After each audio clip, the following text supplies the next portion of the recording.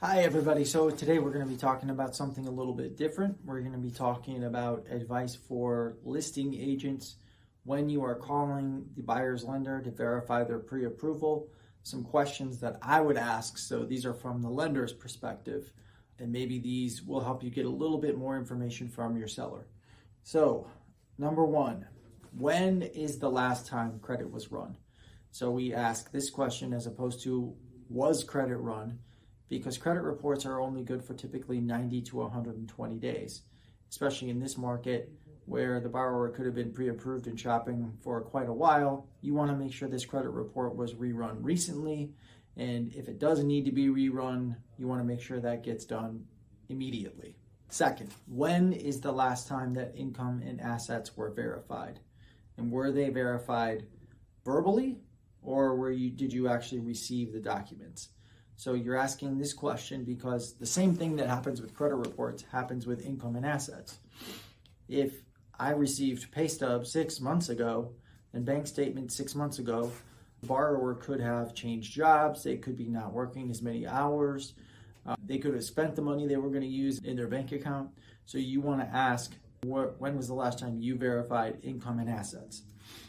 Next, is the buyer relying on any down payment assistance for closing? And if so, is that down payment assistance still available? So the different down payment assistance programs are constantly getting replenished, running out of funding, etc. So you want to make sure you ask that question. If they have down payment assistance, you also want to ask, how many days does that add to the process? So typically a down payment assistance program, the ones I've worked with, can range anywhere from just a couple days to 30 or even 60 extra days to close, depending on the program. So you always want to ask, do you need extra time? Also, along with down payment assistance, you want to ask, if they do not get the down payment assistance, do they have a backup plan and can they still close? That's a very important one to ask. Related, is the borrower relying upon any gifts to be able to close on the property? If so, you want to work in something in your purchase contract that does not let the buyer and borrower get their earnest money back if they cannot get the gift funds. You don't want your buyer to just use the fact that, oh, I didn't get my gift funds as a way to back out at the last minute with no repercussions. That's not fair to your seller. It's not fair to anybody. Next, have all assets being used for closing been fully verified? So with this question, you are taking all the wiggle room out of it. You want to know, hey, if the borrower needs $15,000 at closing, have you seen this on bank statements? That's what you want to know.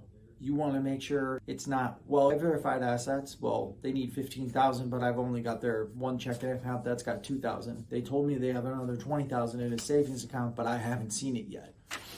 So you're taking away all plausible deniability for the loan officer. Also, to go along with that question, has all income been fully verified? So what we see a lot is we get a pay stub and a W-2, and we want to use the overtime and the bonus, and underwriting will require it's called a full verification of employment form be filled out. And then they'll evaluate what information is on that form before they can actually finalize the calculations that can be used for the borrower's income. It's pretty frequent that those calculations change, which obviously if the borrower's qualifying income changes, that can be a reason a loan gets denied. So you want to ask, has all qualifying income been fully verified? Next, has the loan been run through automated underwriting? Did it receive an accept or an approve? So when we get the borrower's application, we run their credit report along with all the other information through desktop underwriter, Fannie Mae's desktop underwriter known as DU, or Freddie Mac's loan prospector known as LP. And we need to get that approve or accept response usually. There's some cases where we can close without it, but this is a good question to ask. Next, has the file been approved by an actual underwriter?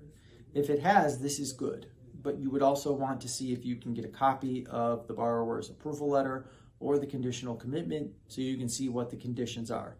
Just because a loan is approved doesn't mean you're out of the woods. It depends on what the conditions are on the approval letter. So I hope you find that information valuable. And if you have any other scenarios or questions along this line that you'd like me to address, I would love to hear from you. Please subscribe if you like this content. Thank you.